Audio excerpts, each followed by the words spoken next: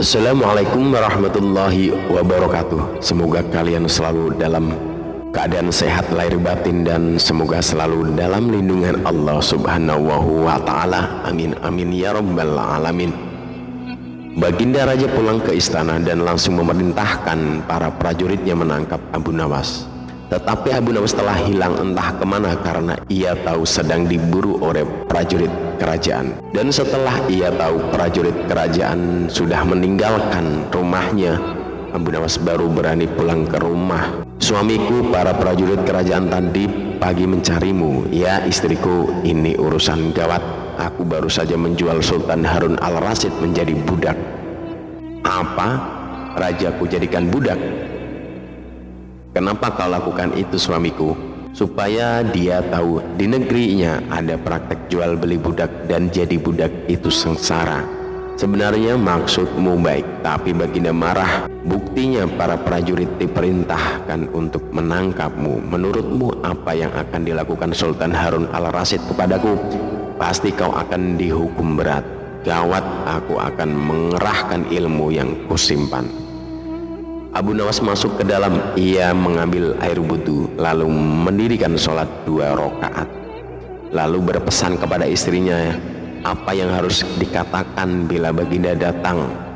Tiba beberapa lama kemudian tetangga Abu Nawas geger karena istri Abu Nawas menjerit-jerit. Ada apa? Tanya tetangga Abu Nawas sambil tergopoh-gopoh. Suamiku mati. Wah, Abu Nawas mati? Iya. Kini kabar kematian Abu Nawas tersebar ke seluruh pelosok negeri. Baginda terkejut, kemarahan dan kegeraman beliau agak susut mengingat Abu Nawas adalah orang yang paling pintar, menyenangkan dan menghibur Baginda Raja. Baginda Raja beserta beberapa pengawal beserta seorang tabib istana segera menuju rumah Abu Nawas. Tabib segera memeriksa Abu Nawas. Sesaat kemudian ia memberi laporan kepada baginda bahwa Abu Nawas memang telah mati beberapa jam yang lalu. Setelah melihat sendiri tubuh Abu Nawas terbujur kaku tak berdaya, baginda Raja merasa terharu dan meneteskan air mata. Beliau bertanya kepada istri Abu Nawas, adakah pesan terakhir Abu Nawas untukku? Ada paduka yang mulia, kata istri Abu Nawas sambil menangis. Katakanlah, kata baginda Raja. Suami hamba Abu Nawas memohon sudilah kiranya baginda Raja mengampuni semua kesalahannya dunia akhirat di depan rakyat. Kata istri Abu Nawas terbata-bata. Baiklah kalau itu permintaan Abu Nawas, kata baginda Raja menyanggupi. Jenazah Abu Nawas diusung di atas keranda. Kemudian baginda Raja mengumpulkan rakyat di tanah lapang. Beliau berkata, wahai rakyatku, dengarkanlah bahwa hari ini aku Sultan Harun al-Rasyid telah memaafkan segala kesalahan Abu Nawas yang telah diperbuat terhadap diriku dari dunia hingga akhirat, dan kalianlah sebagai saksinya. Tiba-tiba dalam keranda yang terbungkus kain hijau terdengar suara keras syukur. Seketika pengusung jenazah ketakutan, apalagi melihat Abu Nawas bangkit berdiri seperti mayat hidup. Seketika rakyat yang berkumpul lalu tunggang langgang bertubrukan dan banyak yang jatuh terkilir. Abu Nawas sendiri segera berjalan ke hadapan baginda. Pakaian yang putih-putih bikin baginda keder juga. Kau sebenarnya mayat hidup atau memang kau hidup lagi? Tanya baginda dengan gemetar. Hamba masih hidup tuanku. Hamba mengucap terima kasih yang tak terhingga atas pengampunan Tuanku. Jadi kau masih hidup? Iya baginda. Segar bugar buktinya. Kini hamba merasa lapar dan ingin segera pulang. Kurang ajar, ilmu apa yang kau pakai Abu Nawas? Ilmu dari Maha Sufi, guru hamba yang sudah meninggal dunia. Ajarkan ilmu itu kepadaku. Tidak mungkin baginda, hanya guru hamba yang mampu melakukan. Hamba tidak bisa mengajarkan sendiri. Dasar pelit, baginda menggerutu kecewa. Pada suatu sore ketika Abu Nawas ke warung teh, kawan-kawannya sudah berada di situ. Mereka memang sengaja sedang menunggu Abu Nawas. Nah, ini Abu Nawas datang, kata salah satu seorang dari mereka. Ada apa, kata Abu Nawas sambil memesan secangkir teh hangat. Kami tahu engkau selalu melepaskan diri dari perangkap-perangkap yang dirancang Baginda Raja Harun al-Rasyid. Tetapi kami yakin kalau kali ini pasti dihukum Baginda Raja bila engkau berani melakukannya. Kawan-kawan Abu Nawas membuka percakapan. Apa yang harus kutakutkan? Tidak ada sesuatu apapun yang perlu ditakuti kecuali kepada Allah Subhanahu wa Ta'ala, kata Abu Nawas menantang. Selama ini belum ada seorang di negeri ini yang berani memantati Baginda Raja Harun al-Rasyid.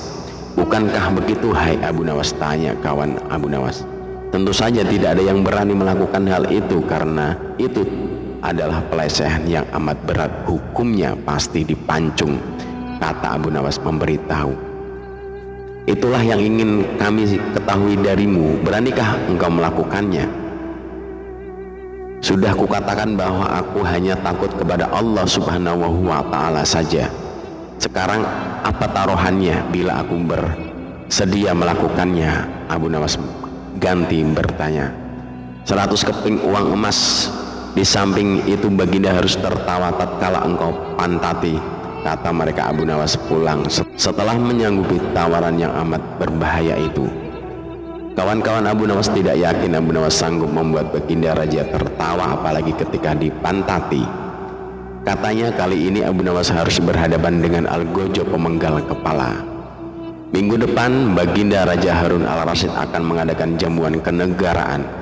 Para menteri, pegawai istana, dan orang-orang terdekat Baginda diundang, termasuk Abu Nawas. Abu Nawas merasa hari-hari berlalu dengan cepat karena ia harus menciptakan jalan keluar yang paling aman bagi keselamatan lehernya dari pedang Algojo. Tetapi bagi kawan-kawan Abu Nawas, hari-hari teramat panjang karena mereka tak sabar menunggu pertaruhan yang amat mendebarkan itu. Persiapan-persiapan di dalam istana sudah dimulai. Baginda Raja menginginkan perjamuan nanti meriah karena Baginda juga mengundang raja-raja dari negeri sahabat. Ketika hari yang dijanjikan tiba, semua tamu sudah datang kecuali Abu Nawas. Kawan-kawan Abu Nawas yang menyaksikan dari jauh merasa kecewa karena Abu Nawas tidak hadir. Namun ternyata mereka keliru. Abu Nawas bukannya tidak datang, tetapi terlambat, sehingga Abu Nawas duduk di tempat yang paling belakang. Ceramah-ceramah yang mengesankan mulai disampaikan oleh para ahli pidato, dan tibalah giliran Baginda Raja Harun al-Rasyid menyampaikan pidatonya. Seusai menyampaikan pidatonya, Baginda melihat Abu Nawas duduk sendirian di tempat yang tidak ada karpet. Karena merasa heran, Baginda bertanya, "Mengapa engkau tidak duduk di atas karpet?" "Paduka yang mulia, hamba haturkan terima kasih atas perhatian Baginda. Hamba sudah merasa cukup bahagia duduk di sini," kata Abu Nawas. "Wahai Abu Nawas, majulah dan duduklah di atas karpet, nanti pakaianmu kotor karena duduk di atas tanah." "Ampun tuanku yang mulia, sebenarnya hamba ini sudah duduk di atas karpet." Baginda bingung mendengar pengakuan Abu Nawas karena Baginda melihat sendiri Abu Nawas duduk di atas lantai. "Karpet yang mana yang engkau maksudkan, wahai Abu Nawas?" tanya Baginda yang masih bingung. "Karpet hamba sendiri tuanku yang mulia, sendiri. Sekarang hamba selalu membawa karpet kemanapun hamba pergi," kata Abu Nawas seolah-olah menyimpan misteri. "Tetapi sejak tadi aku belum melihat karpet yang engkau bawa," kata Baginda Raja bertambah bingung. "Baiklah Baginda yang mulia, kalau memang ingin tahu maka dengan senang hati hamba akan menunjukkan kepada paduka yang mulia," kata Abu Nawas sambil beringsut-ringsut ke depan. Setelah cukup dekat dengan Baginda, Abu Nawas berdiri kemudian menunjukkan potongan karpet yang ditempelkan di bagian pantatnya. Abu Nawas kini seolah-olah memantati Baginda Raja Harun al-Rasyid. Melihat ada sepotong karpet menempel di pantat Abu Nawas, Baginda Raja tak bisa membendung tawa sehingga beliau terpingkal-pingkal diikuti oleh para undangan. Menyaksikan kejadian yang menggelikan itu, kawan-kawan Abu Nawas merasa kagum. Mereka harus rela melepas 100 keping uang emas untuk Abu Nawas. Sekian, semoga terhibur dan semoga bermanfaat. Wassalamualaikum warahmatullahi wabarakatuh.